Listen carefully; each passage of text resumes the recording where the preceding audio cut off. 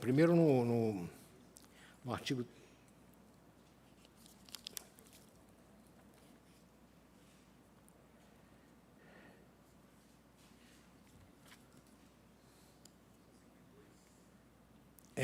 O atendimento à exigência é o 15. É legal a fundamentação das decisões judiciais, artigo 489 do processo de trabalho, observará o seguinte.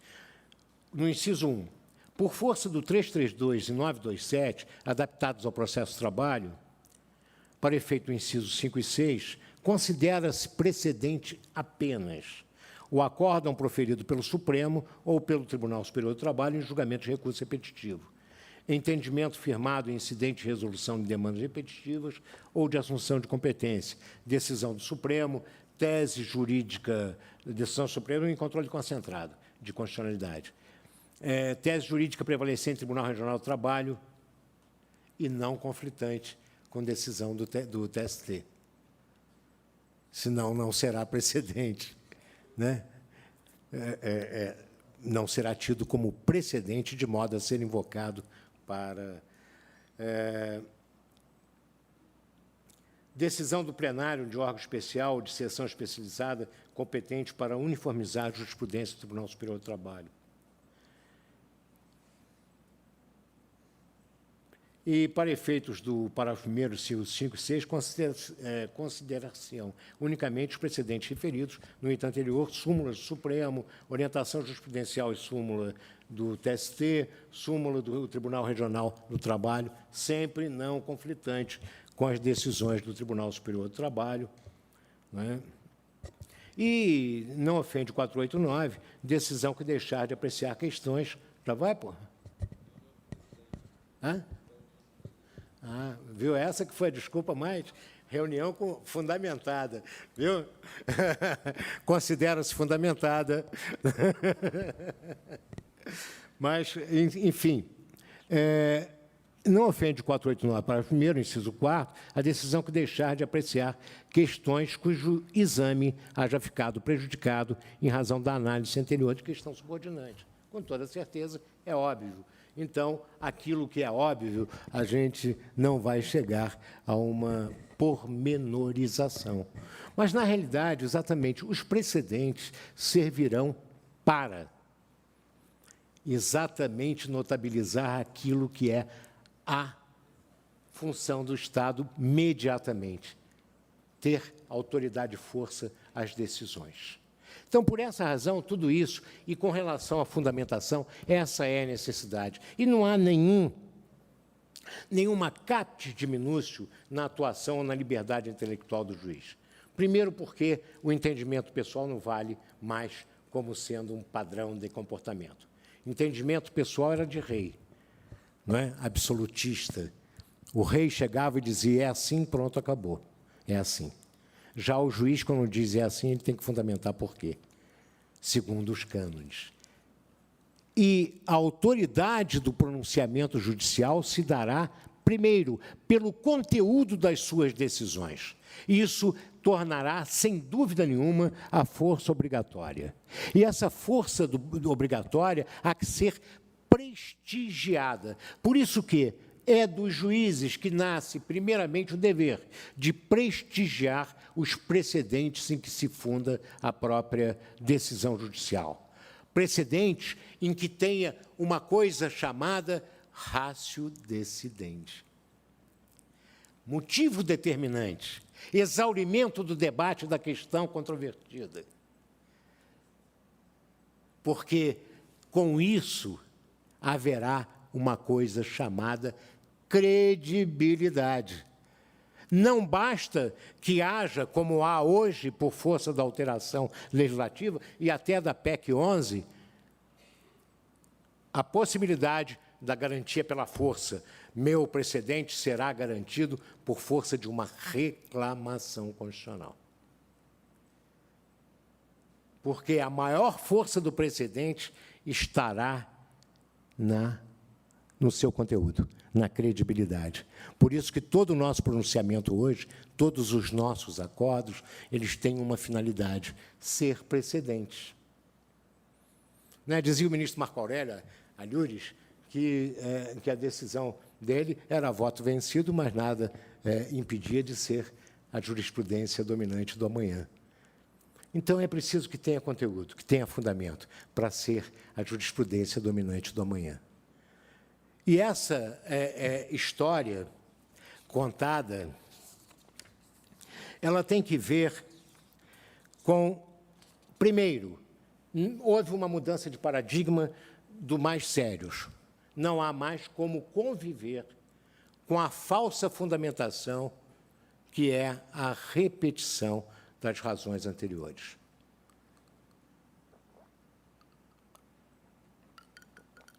Fundamentação tem que ser objetiva, exauriente, abrangente, responder ao caso concreto.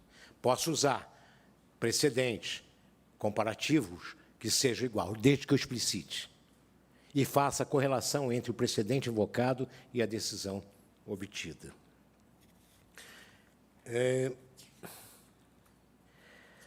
E, apesar das críticas que se fez ao Código de Processo Civil, e essas críticas foram dos mais variados, de mais variadas origens, nós temos, por exemplo, crítica do entidade de magistratura, a fundamentação da sentença, não é? Da MB, a Namatra e a JUF, em que pretenderam que houvesse o veto da Presidente da República ao artigo 489, parágrafo 1º, 2º e 3º. Interessante, né? Porque o que diziam? Olha, essa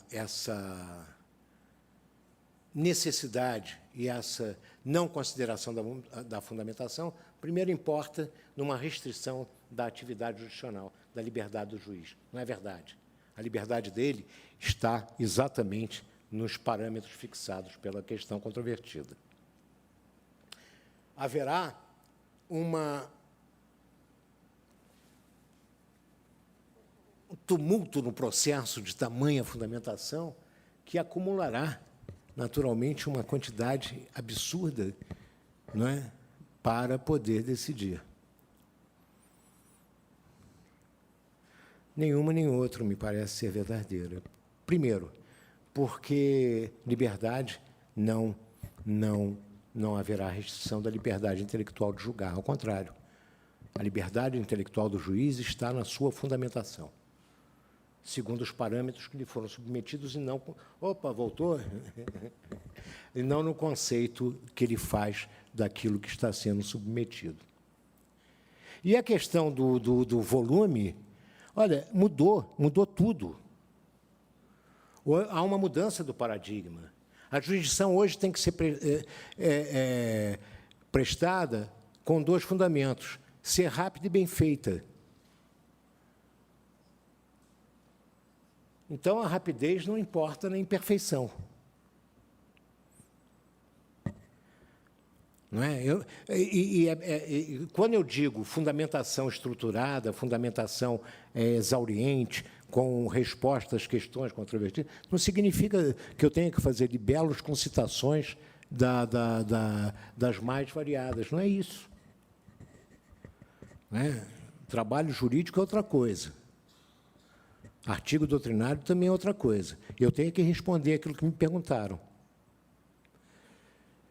E a questão dos embargos de declaração. Embargos de declaração é preciso ser respondido.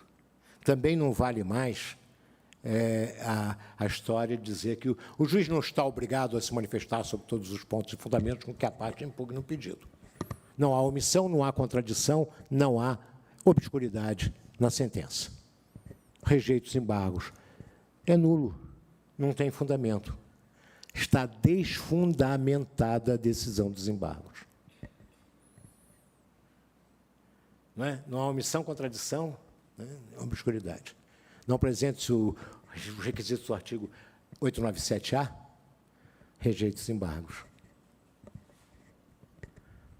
Não tem fundamentação. Né? Isso não dá ideia do guri que chega para...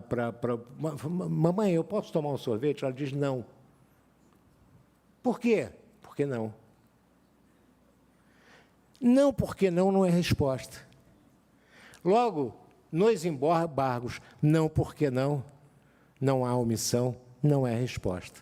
Não tem fundamentação. Interessante, né?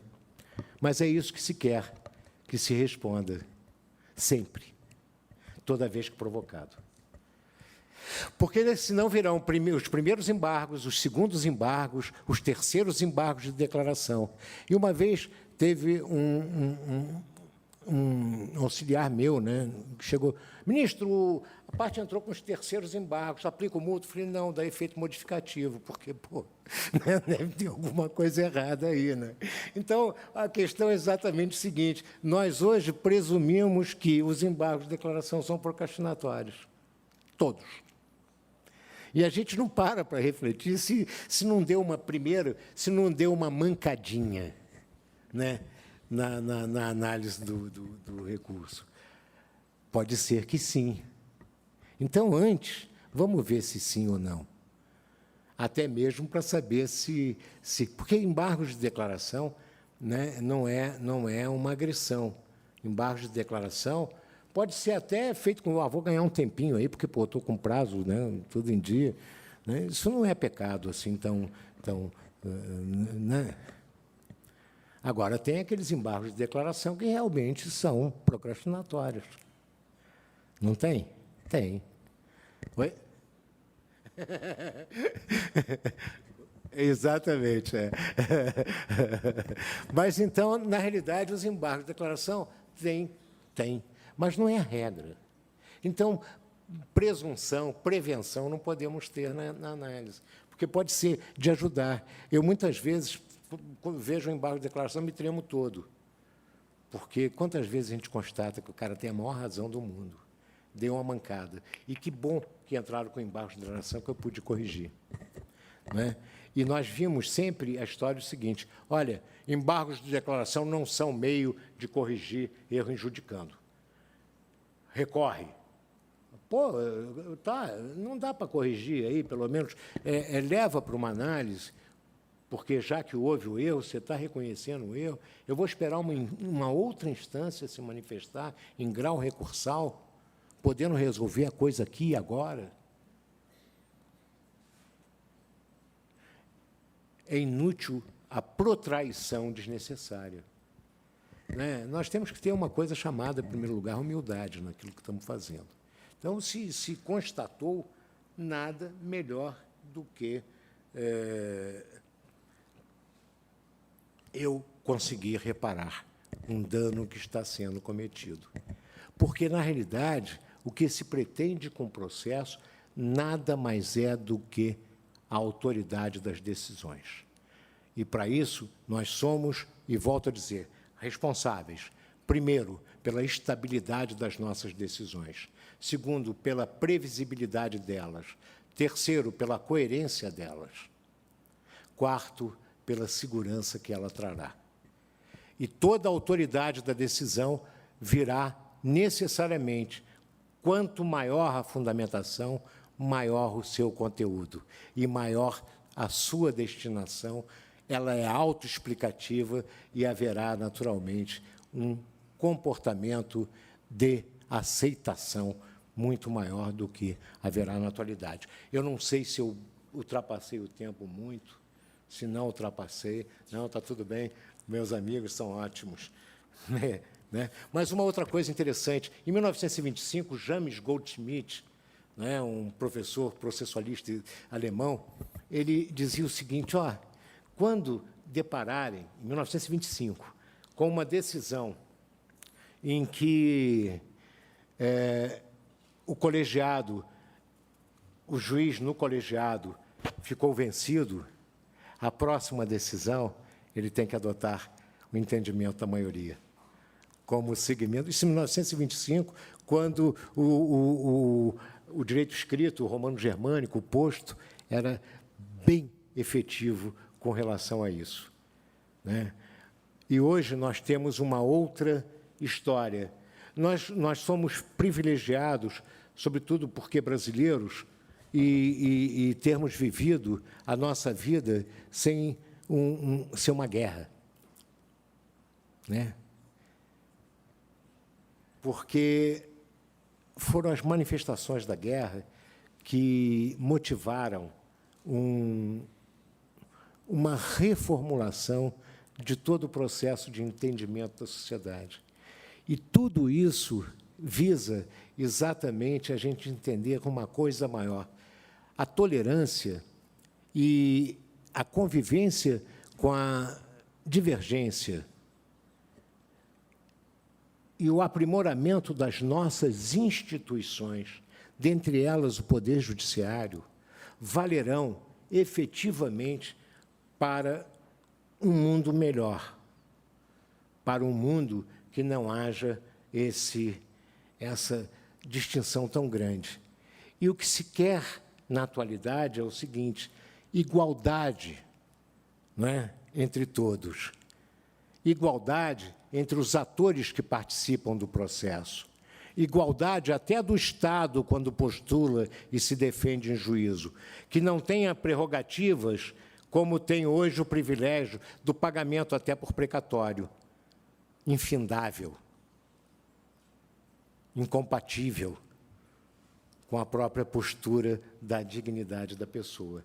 Então, do momento que nós retirarmos a desigualdade, e essa desigualdade só poderá ser retirada com o nosso pronunciamento, com conteúdo de autoridade que responda aos anseios da sociedade. Então, eu encerro aqui a minha participação. Muito obrigado a todos. Valeu.